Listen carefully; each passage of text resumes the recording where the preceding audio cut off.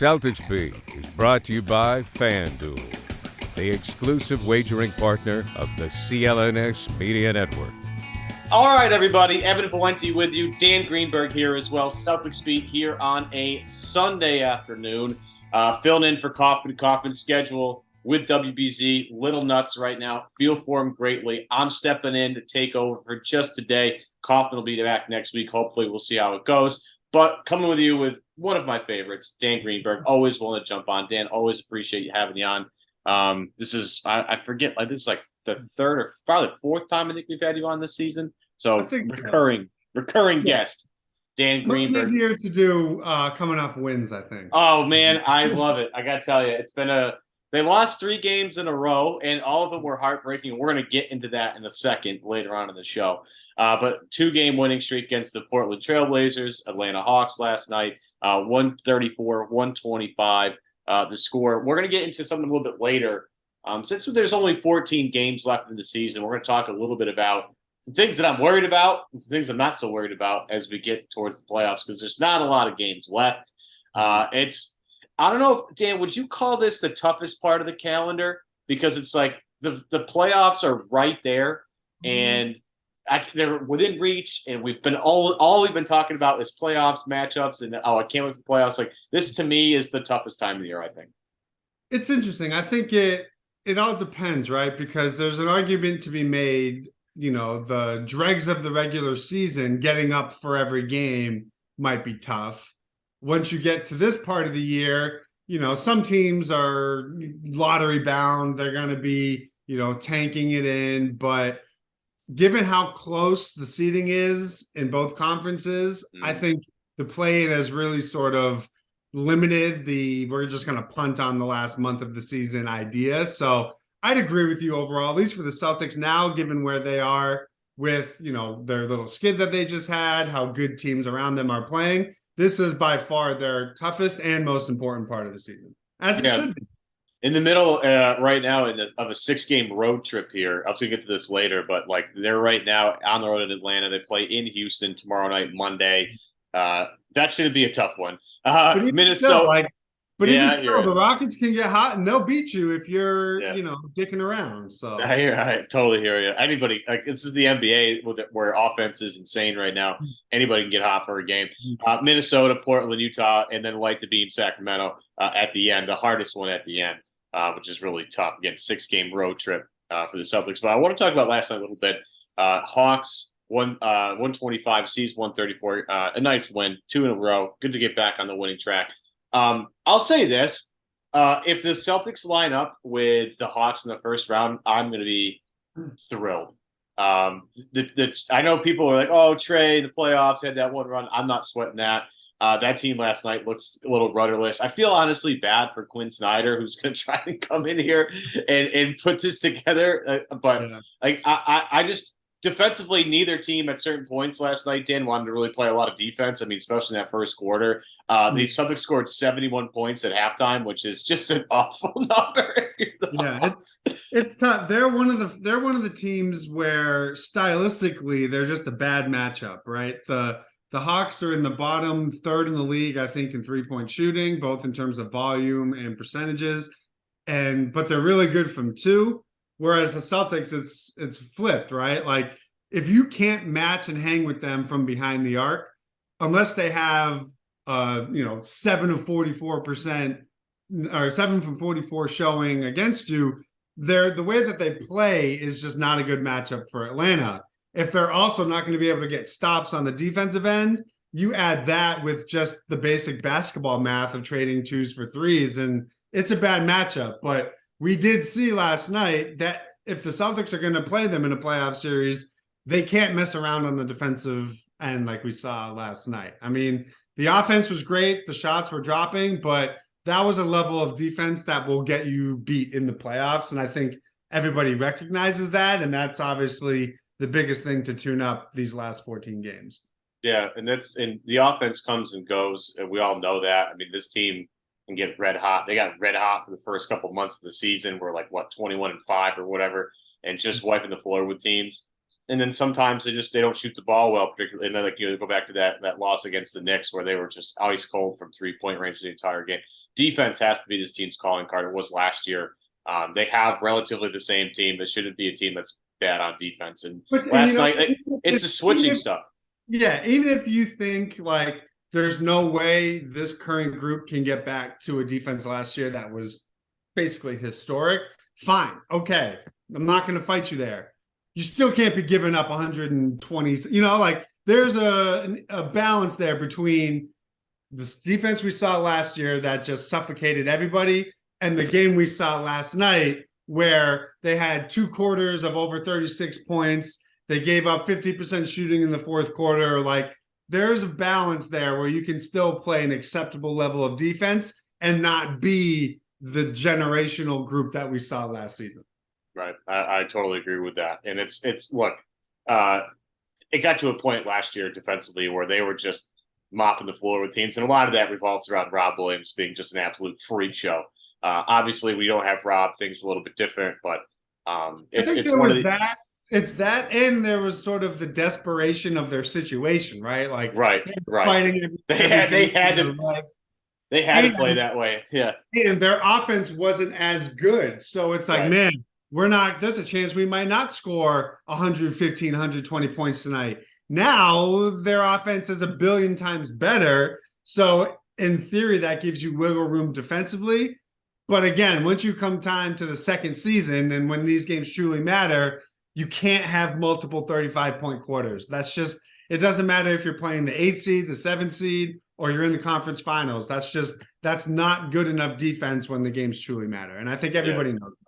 Yeah, totally agree. And I got to be honest with you, last night, a couple of the numbers are like kind of eye-popping, like 55% from the field, 48% from 3. They were 20 of 42. The one number I love, and I think I'm not alone in this, I know you're with this, like the play that encapsulates, I think, this entire number. C's had 35 assists last night, but the play, I think the ball, Tatum has it, gives it to gives it to White, who gives it back to Smart, and then Tatum cuts, and Smart hits Tatum on that just real quick, got to the basket. Oh, my God. It's like basketball sometimes is so easy, and sometimes they make it super complicated, and Tatum does a great job of making complicated shots. But when they move the ball like that and they attack, and we talked about this pre-show, that Showtime doc, or that Showtime show with KG and Paul Pierce, how they went and saw practice, and like some things that Joe talked about. And you can see the offensive mindset of like, if you like, when you do this, they'll react like this. And if they react like this, here's this guy over here that you need to hit. Like that stuff, like when you consistently do that, and Scout talked about this throughout the entire season, when you put teams in several different rotations, the drive and kick game, drive and kick, and move the ball around. Like defenses just can't guard like that for 24 seconds. And if you're just patient enough, you're going to get wide open looks. And Boston last night routinely, Dan, I thought, got wide open looks in the bucket, whether it was layups, which was a layup line to start the game, or it was some 3-point range. I think it's always the hottest topic with this team right now is, oh my God, they shoot so many threes. Last night was the perfect example of understanding the process behind the way the Celtics need to play in order to be successful at a high level. Scout said it during the broadcast. It could not be more true. All 3-point shots are not created equal. I bet you if you looked last night, they probably took over 43s. I'd say probably just about 50% of their shots last night, I bet were generated 3-point looks. The difference is there's a noticeable difference of when guys are driving and kicking, but also when the ball isn't sticking offensively.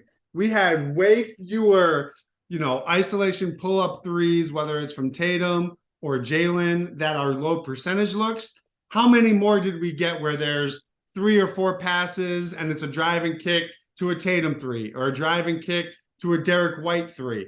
So I think too many people get caught up on the volume number and not the process in which that volume is being generated. If you're telling me we're going to take 43s and 35 of them are going to be through ball movement and open looks, that is how everybody should want the Celtics to play. There will be nights where they go in, there will be nights that they don't go in. But if they're generating looks through good process, that should not worry you. It's sort of the fourth quarter offense we saw, late against the Cavs at times, late against, last night, where when the ball doesn't move and guys are taking ill-advised threes, that's where the shooting becomes an issue. But when, they have 35 assists, 8 turnovers, 4 of the 5 starters have at least 6 assists, and then Brogdon has 5 assists off the bench, ball movement is contagious. And when they're playing that way and the shots are falling, it's like no team is going to be able to stay with them because few teams can match that type of volume while also defending at a high level. So last night was a great example of when the Celtics stay true to the process that they know works, they're almost unbeatable. And it's when they deviate from that is when things get dicey. Yeah. I mean, the agreement I have is I don't mind the many 3-point shots if they're just good shots. Like people are like, oh, they take too many threes. Like, what do you want them to do? Not shoot an open three? And look at the guys they have on the roster. Two of the top 3 3-point shooters in the league currently sitting on the Celtics roster. And Sam Hauser is a guy who, if he gets, one goes in, look out. Like, he loves playing in Atlanta. What's he, 8 of 9 from 3 in that building? And what are you going to do? Not let Jason Tatum or Jaylen Brown take wide open 3-point shots? Like, who's the guy that you don't want taking a wide open 3-point shot on this team? Is it Smart sometimes? Maybe. Is it Derrick White recently who's been a little down from 3-point range? But, like, if they're all good shots, they're all good looks, and nobody's near them when they shoot them, like, who cares? Like, that's a good shot. Sometimes shots goes in, sometimes shots don't. And this goes back to something I said last year. Like, Celtics just need to make baskets. Like, I know it sounds stupid in the worst type of analysis possible. Like, oh, just, like, make them. Yeah. When you do all the right things, when the process is right and the result doesn't give you what you want, does it mean we need to change what we're doing? No, it just means like, hey, it's just a make or miss league sometimes. And I think when almost never gets brought up, whenever there's a debate about, oh, they need to attack the rim instead of settle for all these threes. Well, the way you generate driving lanes and options for some of your best penetrators to get to the rim is to stretch defenses out. The only way you're going to stretch a defense out is if they have to respect you from the 3-point line. Teams and defenses are too good now where if they just pack the paint, there are no driving lanes. If a team knows, oh, we don't have to worry about the Celtics shooting threes, they're just going to pack the paint. Think of the NBA Finals when, White and Smart were sharing the floor together and there was no real 3-point threat, how hard it was for Tatum and Brown to drive in the lane. How many times did we see them get stripped on drives? Look at the Miami series where they packed it in the paint. If you're not consistently shooting threes at high volume, you're not creating the driving lanes that your team needs. Then it's a pick your poison. If you have to have your defense stretched out, good luck driving or preventing Jason Tatum or Jaylen Brown from getting to the rim. If you're going to pack the paint and leave open shooters, like you said, you have Brogdon leading the league. You have Horford there. You have good 3-point shooting on every position on the floor. So when people say, oh, the Celtics need to stop threes and they need to drive more, in reality, they need to shoot more threes to create the driving lanes to diversify their offense. And I just think that little note never really gets brought up when talking about this issue. And one thing, we've had one of Kaufman's buddies, Seth Lamb, on the show a bunch, and Seth's really great with I'm not as huge on the super analytical stuff. Seth's much better on that. And we were talking just in our group chat about how, especially against the Knicks, this team, when they shoot threes, those long rebounds often end up as offensive rebounds for the Celtics, especially when Rob's playing. And just another opportunity to run your offense again is a positive thing. Just because not all threes are created equal. And it's just one of these things where their offense actually benefits from taking more threes, as you said, because driving lanes open, they get offensive rebound opportunities. If it's Rob, he obviously can almost dunk anything. But, I mean, how many times have you seen, last night, Smart had a ridiculous offensive rebound tap out. Somebody. Yep. Big, that stuff happens all the time. I mean, when Blake, first started really playing, I think it was, I forget the first game he started. And one of the things he did, he had like 3 tap outs in a row for 3-point shots. And I think the last one finally went in, but like that hustle effort stuff, like it creates wide open shots for them. It creates another opportunity for them. And that's the one thing that I love. But you mentioned something about the assists. I wanted to bring this up. Taylor Snow, we all know who he is if you followed the Celtics, had this little tweet last night.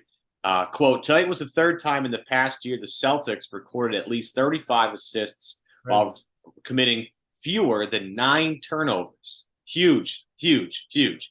Prior to that, they've recorded only 4 such games in franchise history. Sharing the ball extremely well, balls popping around, and that's the when this offense is really at its best. This team, I think you're right. I think what we've done, because the season is long, right? It's so long. I think what we've done is just looked for so many things that we could scrutinize this team for. And like it doesn't help that the Bruins on the flip side are just beating the shit out of everybody right now and on a record base in terms of wins. Yeah. And so it's like, well, you got like I had to block the Adam Jones show after he said, like, why aren't the Celtics like the Bruins? I was like, that's the dumbest take I think I've ever heard in my entire life.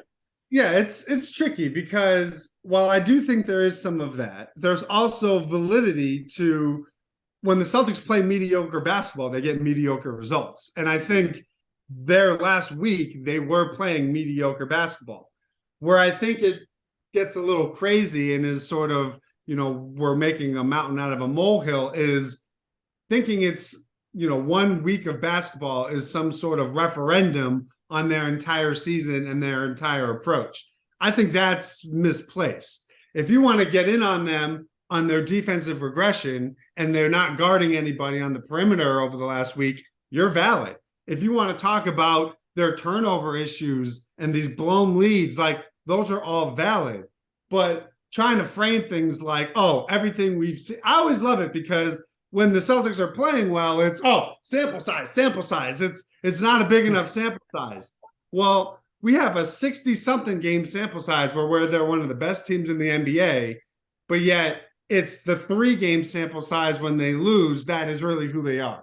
So that just doesn't add up. But I do think, when this Celtics team plays like assholes and they do things that we know they shouldn't do, and they play a way that we know is not going to lead to successful basketball, it's valid to be like, what the fuck are you doing? But now when it's, they're frauds or, they're everything we've seen since October is, smoke and mirrors. Like, that's just not true. They're just not playing, or they just weren't playing to the standard that we know they can reach. Before we move on here, Dan, anything about last night's game that we didn't talk about that concerns you at all? Because again, the Hawks could be a potential first round. Yeah, there definitely is. And it's not really just last night. It's really post-break is number one for me has to be their late game rebounding. This is Missoula called it out publicly. Nothing changed. Every game that we've seen come down to these wires are all impacted by end of game defensive rebounding. That is a disaster. And that's with, when Rob was even on the floor, it happened. If Al is on the floor, it's happening. We're just not seeing them really. I don't want to say like, it's not that they're not trying, but like it looks like they're just not defending and rebounding with energy in the biggest moments, which is glaring because they've lost probably 4 or 5 games simply due to late game defensive rebounding. So for me, that's going to be an issue because you could face a team with Philly with size, with Milwaukee with size. And I think you're playing with fire. If you're in these close games and you can't finish defensive possessions clean, you're just asking. It reminds me like in that Game 5 series against the Bucks when they couldn't block out Bobby Portis for an offensive rebound on a missed free throw. Like those are the things that are going to lose you playoff games. We've seen nothing in the last week and a half that says they're going to get better at their defensive rebounding. Yeah, what's that this team's offensive rebound or defensive rebounding was at certain points during the season so good that it was like because they don't really offensive rebound a ton. They don't send a ton of guys that way. They like to get back on defense, which is fine. I'm totally fine with that. But one of the things that he was mentioning at a certain point during the season was like, this team is so good at defensive rebounding, it's actually like suffocating other teams because they're just one and done. And when you don't hit when you don't hit shots, like you're not getting offensive rebounding opportunities, and it's just creating a lot of positive things for Boston. But I totally agree with you on the late game rebounding stuff, and I'm not quite sure what that is, and I'm not quite sure what the answer is because, like, collectively, like, look at Tatum had 15 rebounds last night, and he's been a great rebounder throughout the entire thing.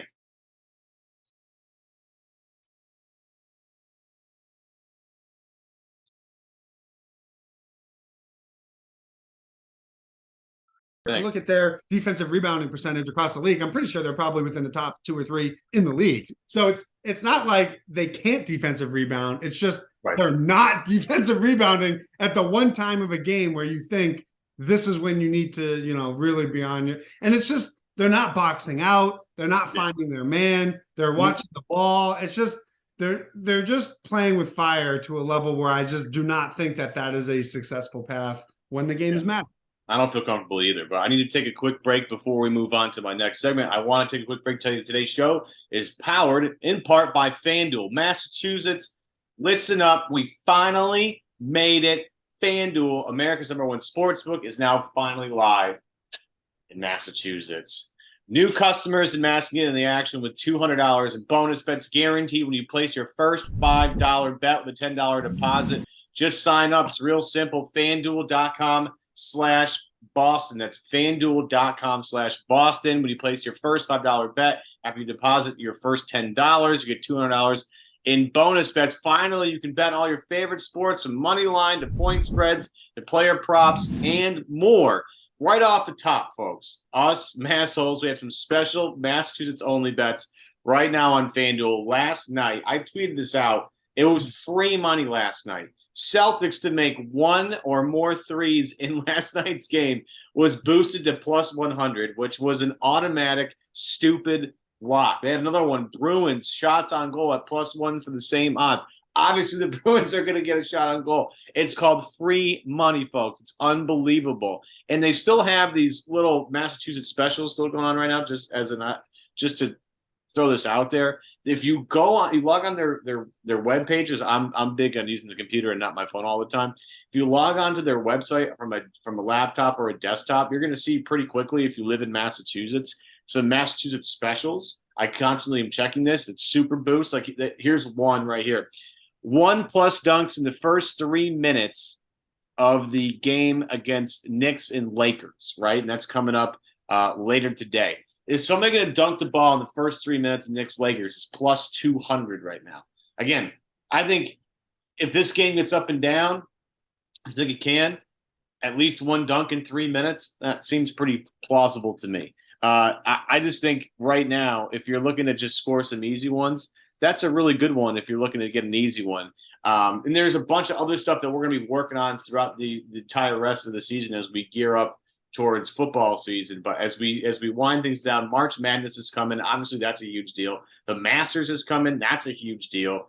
Plenty of ways for us to start our journeys together as gamblers here now that's live in Massachusetts. So bet now on an app that's safe, secure, and super easy to use. And do not miss your chance to get $200 in bonus bets, win or lose. Go to FanDuel.com/Boston and make every moment more on America's #1 sportsbook.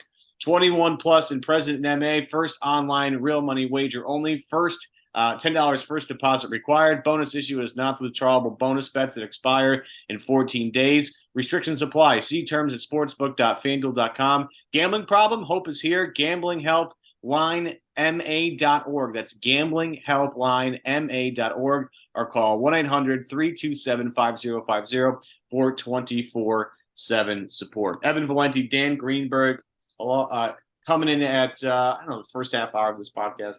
No Adam today. He'll be back hopefully next week.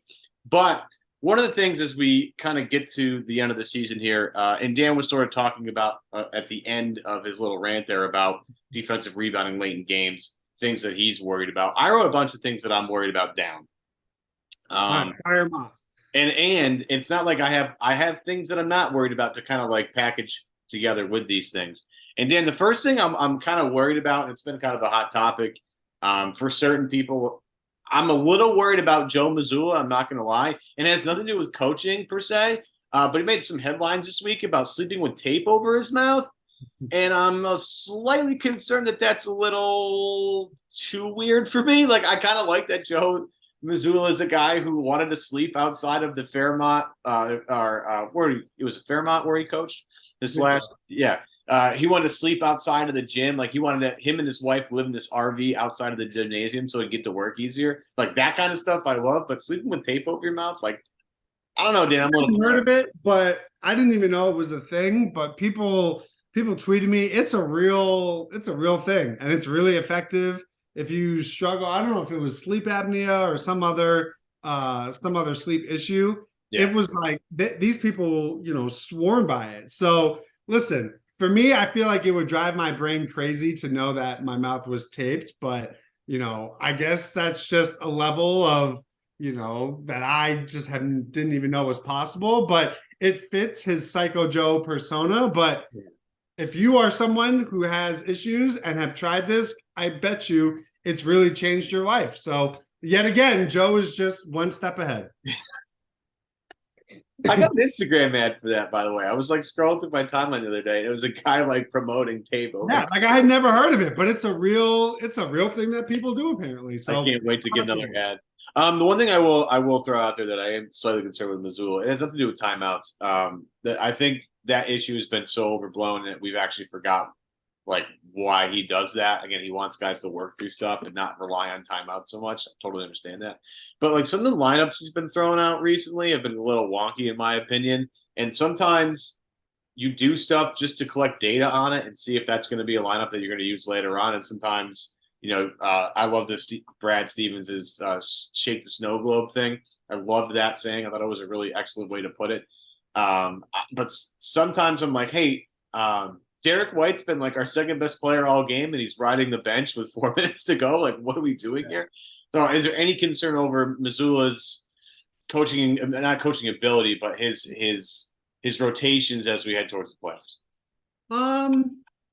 I don't know. I mean, it's situational, right? Like, if there's a situation where Derrick, like when he admitted it after, I think it was the Knicks game, he's like, yeah, I probably should have had Derrick on the court. Like, yeah, those are things that in the moment you look back on and you're like, okay, this is an area to learn from. But I think with what he's had to juggle, given the inconsistency of his lineups, I think the biggest thing for me will be once we get to the playoffs and Rob's hamstring is cleared, what do we do?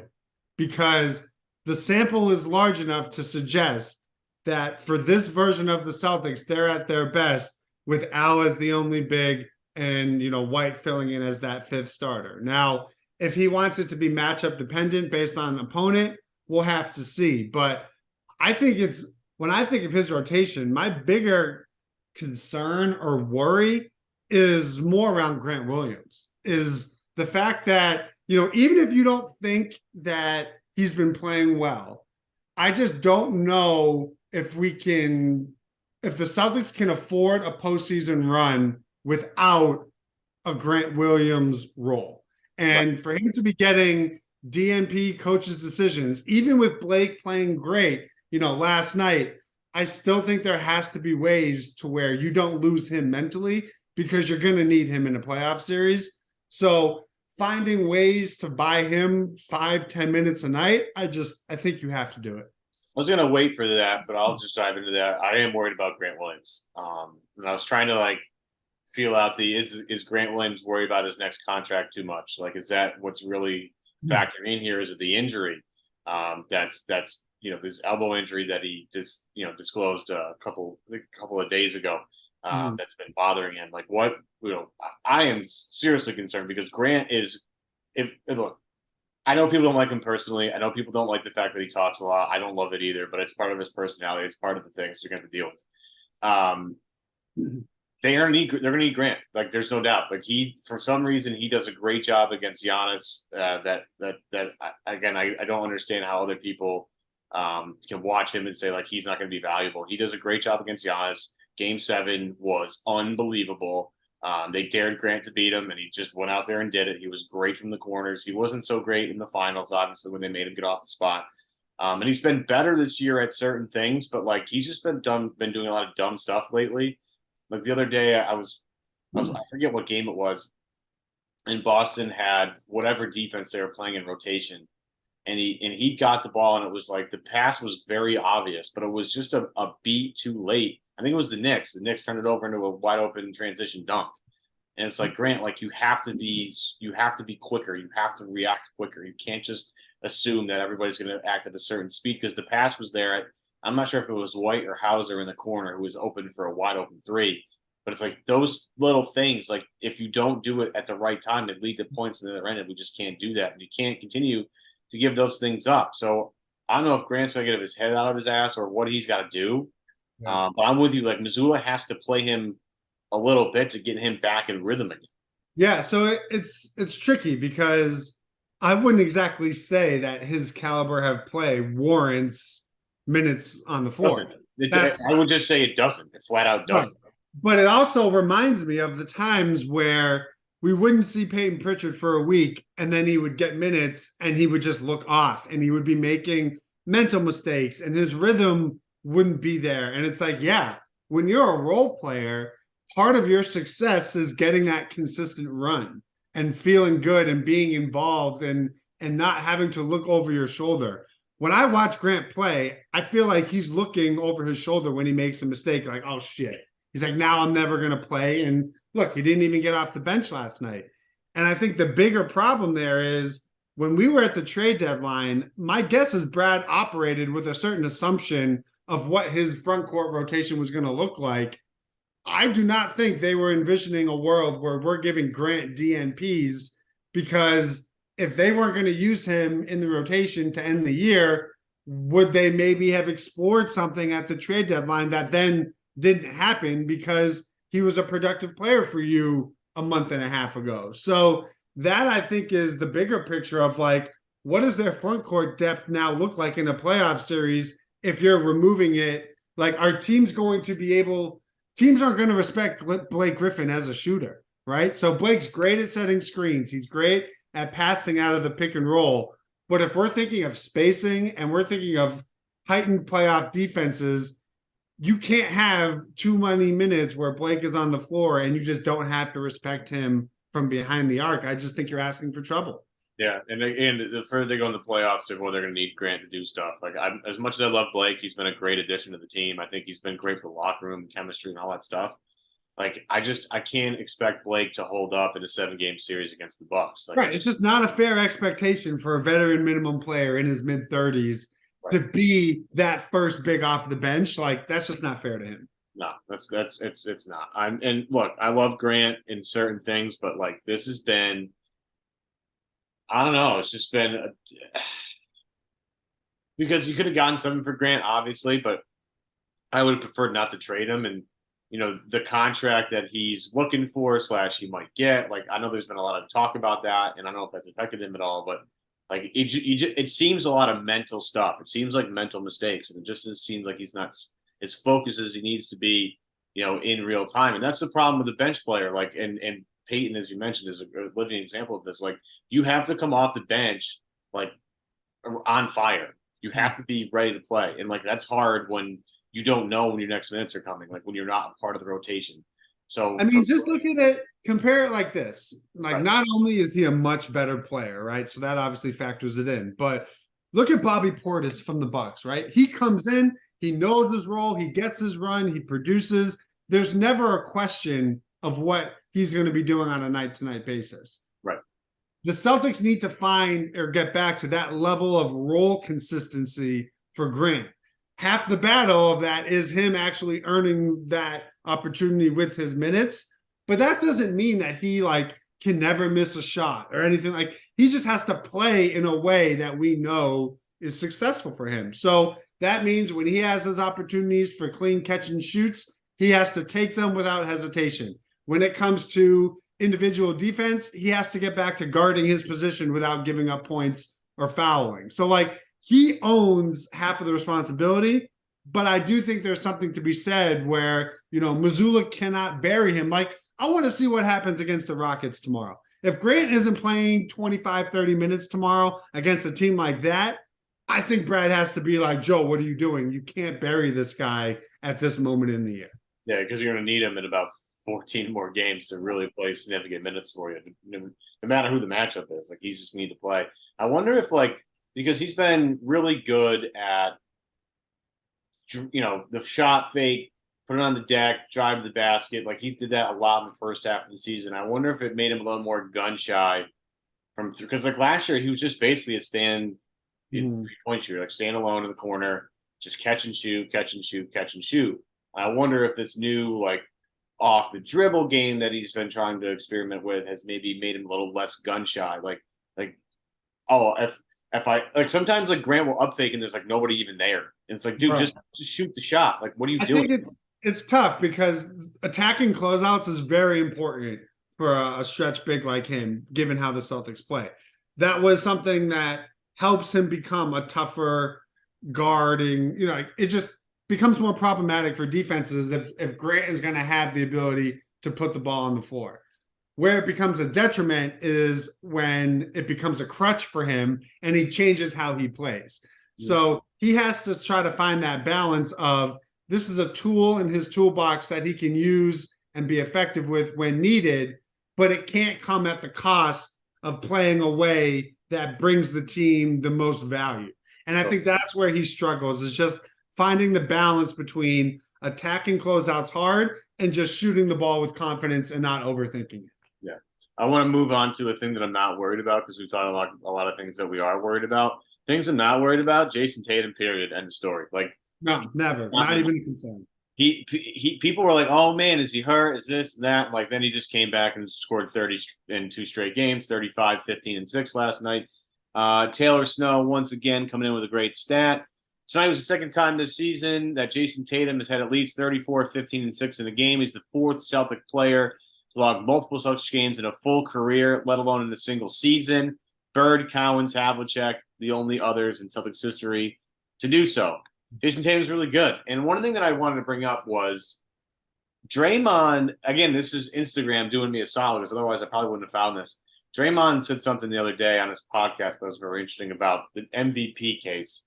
And we're all obsessed with the 3 guys, Giannis, Embiid, Jokic. And one thing that Draymond said was look, I know he's probably not going to win and he's just not getting talked about enough, but Tatum definitely belongs in that conversation because Tatum is doing, and this is the way he put it, I thought it was very interesting. Tatum is doing less to get more. What does he mean by that? Tatum is taking less shots because he could easily average 6 or 8 more points a game if he really wanted to. And it was one of these things. Ada, I do not want to play with you right now. I know, I understand. But my dog is just handed me a toy and looked at me like it's playtime. Well, I had to look him at my office. I hear you. But he was Tatum could easily average 6 to 8 more points a game if he really wanted to, but he takes a step back and allows his other teammates to cook and to get theirs essentially. And because he's doing that, it's allowing his team to grow a little bit more. And that's a really smart thing to do. And he was also mentioning how Tatum looks like a guy who only wants to win a title. He doesn't care about anything else. And I've said this, Kaufman said this, you've said this, everybody said this. The way Tatum and Brown have carried themselves this year, a little different than in years past. And it's, to me, maybe not noticeable to everybody, to me, but it's super noticeable that him and Jalen are really, really focused. And I think when they hit the playoffs here, Tatum's just going to. Yeah, I mean, he even said it to Forsberg immediately after the game. Forsberg was like, hey, you're now, the leader in total point score. Does this matter to you? Without hesitation. First thing he said, don't care about MVP, don't care about all NBA. He's like, I need to get back to the finals and I need to get over the hump and win it. And anybody who's paid attention since media day, that's the only thing that Tatum and Brown have cared about. And them answering a question when asked about MVP is not them caring about MVP more than a championship.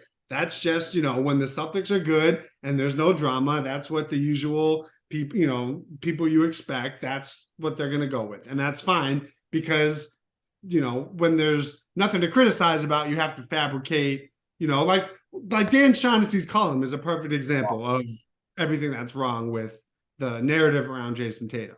Now, having said that, I am slightly concerned when it comes to his approach. Like, I don't worry that he's not going to show up. I think we're past the point of worrying about that with Tatum and Brown. They have been in enough big games together. They've had enough playoff heartache to where I don't really worry about that.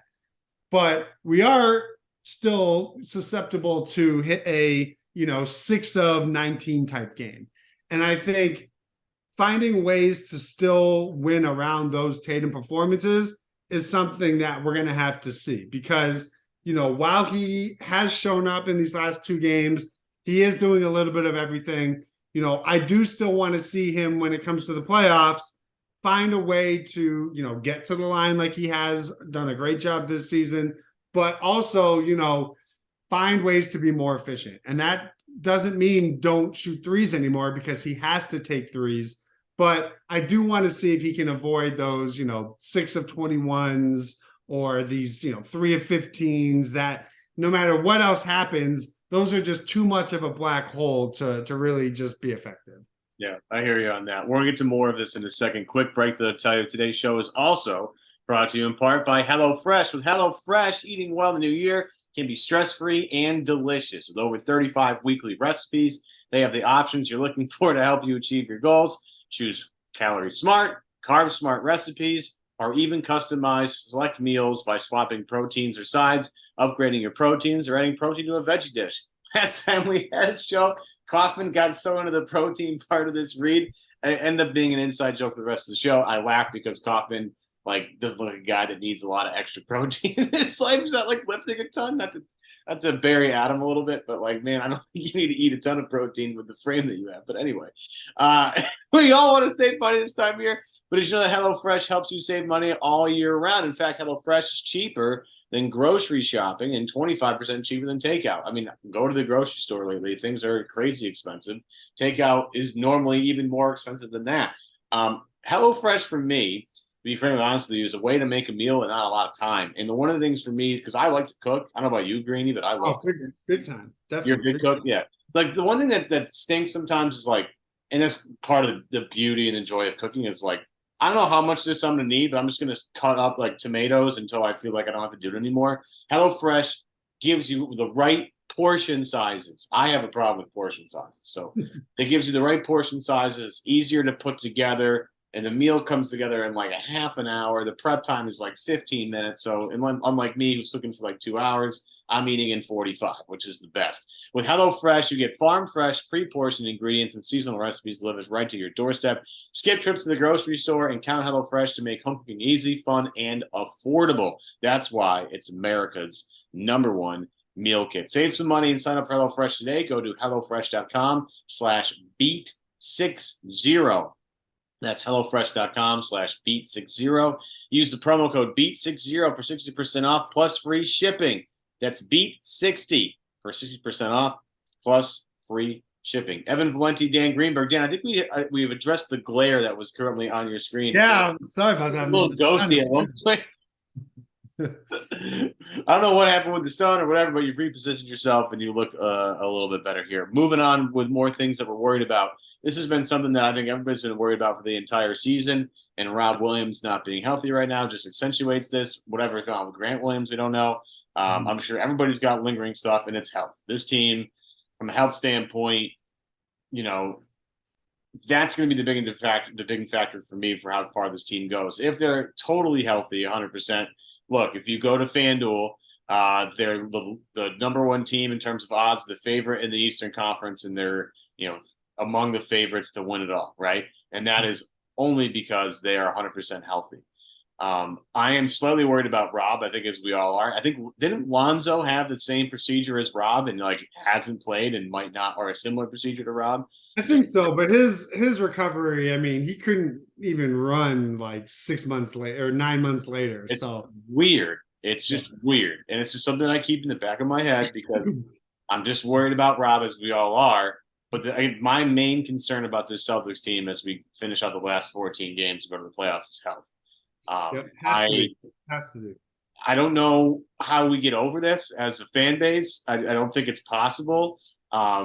There's this, do you rest guys for the playoffs versus seeding thing that gets in the way? Do they obviously being a top 2 seed is what you want, and I think Boston is focused on that. But at some point, like getting guys nicked up and banged up 14 games away from the playoffs, like it's tough. It's a tough thing to manage. I feel for Missoula in this particular regard, but with Brogdon and Horford's, up there in age, Tatum is taking a lot of abuse, and, he's clearly going to have to deal with something in the offseason. Jalen's still wearing the mask. Like, obviously Smart at some point is probably going to get something in terms of a nagging injury because he throws his body around. Like, this is my biggest concern going forward here, Dan, and I don't think it's even close. No, well, yeah, it's definitely not even close, but they're sort of, it's a pick your poison. They don't have a big enough cushion. There's obviously no cushion considering they're trying to catch Milwaukee, but the easiest way to calm those fears is to win. The more you win, the more 15-point leads you don't blow that you get to give all your rotation players fourth quarters off is only going to help. You can't predict injuries. You don't know, like it could happen just by going up for a rebound and someone pulls a hamstring. Like there's just no way to say, okay, if we do this, and this, we'll have 0 injuries. Like that's just not basketball. But if you win and you play well and you build in those in-game rest opportunities and you find ways to not have to give guys heavy minutes, you give yourself a good chance to come out relatively clean. If they decide, listen, the health is more important than the seeding and they punt on certain games, like, I don't know, that's a dangerous game to play because you never know what can happen in a playoff series. It's something we're all just going to have to, hold on to our butts about for the last 14 games and throughout the entire playoffs. Because even if they enter the playoffs healthy, if someone gets hurt in a playoff series, that's going to be a big time issue. But I also think that's the case with, almost every other contender in the NBA. Like, for example, if Brook Lopez gets hurt from Milwaukee, that's going to be extremely detrimental to how they play on both ends. If, Aaron Gordon gets hurt for the Nuggets or, James Harden pulls a hamstring for the Sixers, like the Celtics aren't alone in the idea that health is going to be very important to them.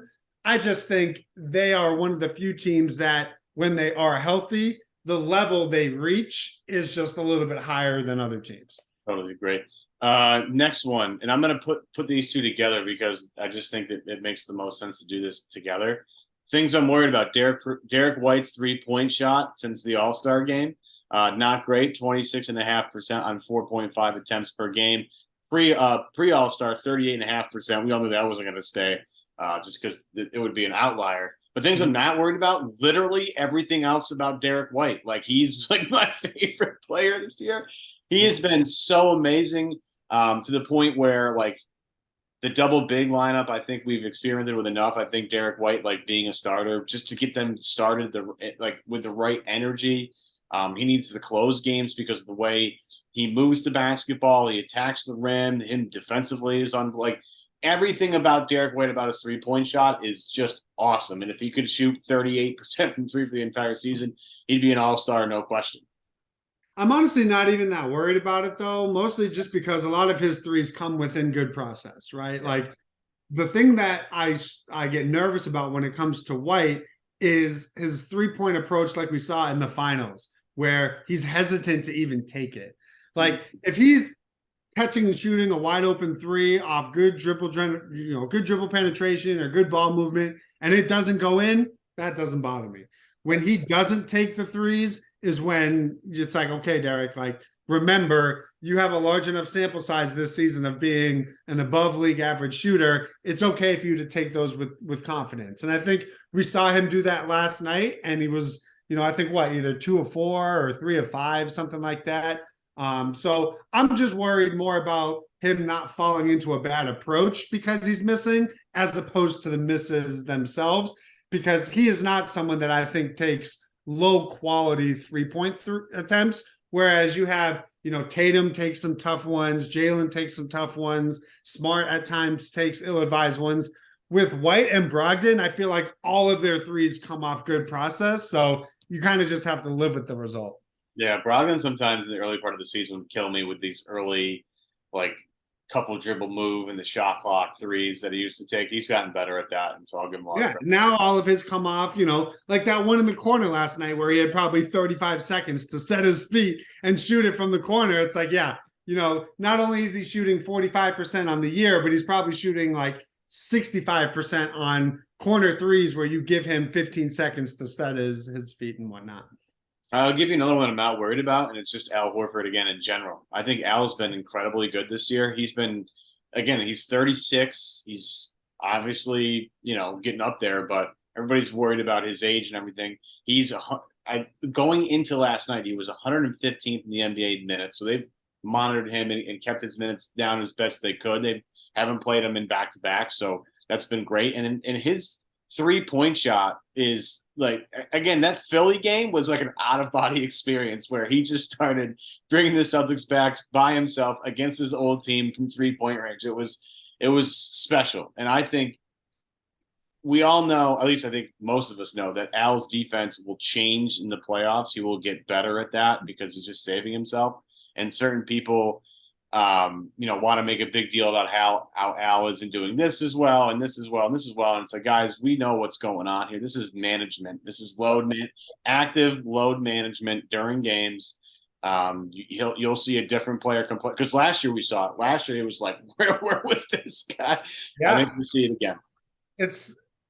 I didn't know what to think about their load management playing with him, just because with Rob out and how thin their front court potentially could have been, and just how important he is to their success. It's like, man, if they're only going to be getting, 65 to 70% of the availability of Al, right, with no back-to-backs and on, lower-ish minutes. But here we are mid-March. There's no denying that it has absolutely worked for him to be at his best when it matters most. What we've had basically his last 10 games is playoff Al Horford. He's shooting 60% from the floor, high 50s from three on good volume. Like, if this is the Al Horford the Celtics are going to get, which he's been in every playoff run that he's played as a member of this team, they're going to win the title, because he's just, if he's never going to miss from three, and then you factor in, the bumped up defensive effort because he's not going to have to limit himself, they just become too hard to guard. And just, what he brings on both ends at his age, it's just, like you said, there's zero complaints. I don't even care when he gets beat off the dribble, because it's like, that's going to happen in March. It's not going to happen in May and June if they're fortunate enough to get there. So, he's been great. And I think even if he regresses 10% in a playoff series, that's still more than enough to give you to ultimately win the whole thing. Yeah, and him and White are the big keys to making that only one big lineup work the best. Like, I love Rob. Rob gives you different stuff, but like Al's ability to space the floor and give them 4 around 1 or 5 out is going to be really tough to guard as we get further along here. And I guess I'll just wrap it up with this. Things I'm worried about and not worried about. Things I'm worried about: matching up with Miami in round 1. I can't do a 7-game series again. I just really can't. I just don't want any part of it. Jimmy is a killer. I respect the hell out of that guy. I think Spoelstra is a top 2 coach in the league. I think he's excellent. The zones they throw at you always screw things up. I hate playing them. I want no part of them in round 1. I would prefer not to see them at all in this playoffs if it were possible. And on the flip side of that, I don't sweat Philly at all. Like, I just don't. And I know people are like, well, how could you say that? I'm like, I don't know. We just, every time they play, the C's are 8-1 against the Sixers in the playoffs since Tatum and Embiid have started playing basketball in the NBA. So I'm not sweating that at all. Either one of those am I crazy on? I don't know. I just think when it comes to this team, like, I just think putting any focus on the opponent is just, it's pointless, because everything is going to just come down to, can the Celtics be the best version of themselves, right? Like, if the Celtics play to their potential, Philly shouldn't be an issue. Miami shouldn't be an issue. Atlanta, it doesn't matter. Like Brooklyn, it doesn't matter. It's where it gets into trouble is if the South, and this is something you didn't mention, which is shocking, and it's my maybe biggest worry outside of health is turnovers. If the Celtics don't take care of the ball, they're susceptible to be beat by any of the top 8 seeds. I don't care who you are. If they take care of the ball, they play the right way, and they play to their potential, there's nobody in the conference that should keep you up at night. And that includes Milwaukee. And I think that sounds crazy given how good Milwaukee is, but it's a matchup thing. The Celtics match up with basically every team in their conference when they play to their potential. If you're sitting here saying, man, if the Celtics get the 1 seed and the Heat get the 8 seed, I don't know how to feel. To me, that means you don't really believe that if the Celtics play at their best and to their potential, that they can win the title. And I think that's the bigger concern. My rebuttal to that would be Miami just seems to find ways to take Boston out of their best basketball more than. But that's what I mean. So it's like, how much of that is Miami and how much of them is just like brain dead basketball? Like, how many of those turnovers were scheme related and were opposed to just like, not trying to do too much or trying to do things that you're not the best at? And I just think, having gone through that last year, the fact that they still have turnover issues is a bigger concern to me as opposed to who the opponent is. Because if they turn it over against Milwaukee, or if they turn it over against Miami or the Knicks or the Sixers, they're going to lose to those teams. They're going to be susceptible, I should say, to lose to those teams. If they don't do those things that we know is a losing formula, Miami doesn't have the offense to hang with you if you just avoid stupid mistakes. And I think there's a chance that those could be, a product of Miami's defense. But I also think it's just the Celtics playing like idiots. And as long as they just don't do that, you won't have to worry about those problems creeping up. Yep. So basically at this point, if the Celtics don't play like idiots, everything's going to be just fine. They just stay healthy, don't play like idiots. Life's going to be great. And I'm jacked up to the playoffs. I'm running out of steam here in the regular season. Playoff basketball is amazing. And I'm ready to rock and roll. Dan Greenberg, Barstool Sports, thank you so much for joining me here today. As always, man, again, we'll probably have you on another time, probably during the playoffs, where we sweat some things out, no question, because, playoffs live and die with every single shot. I know Dan does. I know I do. I know a lot of you do. It's just the way it goes. But that's not even every shot. It's every dribble, right? It's literally every dribble. Yeah. We got to make it a little bit more intense than that. Yeah, every single dribble is literally taking seconds off my life. So thanks a lot, everybody. This show is brought to you in part by FanDuel and HelloFresh. Don't miss your chance to get $200 in bonus bets, win or lose. Visit FanDuel.com/Boston and make every moment more on America's #1 sportsbook. Again, that's FanDuel.com /Boston. You get a free $200 in bonus bets. You place your first $5 bet and a deposit of $10. And also HelloFresh. Go to HelloFresh.com /Beat60. Beat60, the promo code to get 60% off plus free shipping. That's Dan Greenberg. I'm Evan Valenti. Kaufman will see you next week. Thanks, everybody.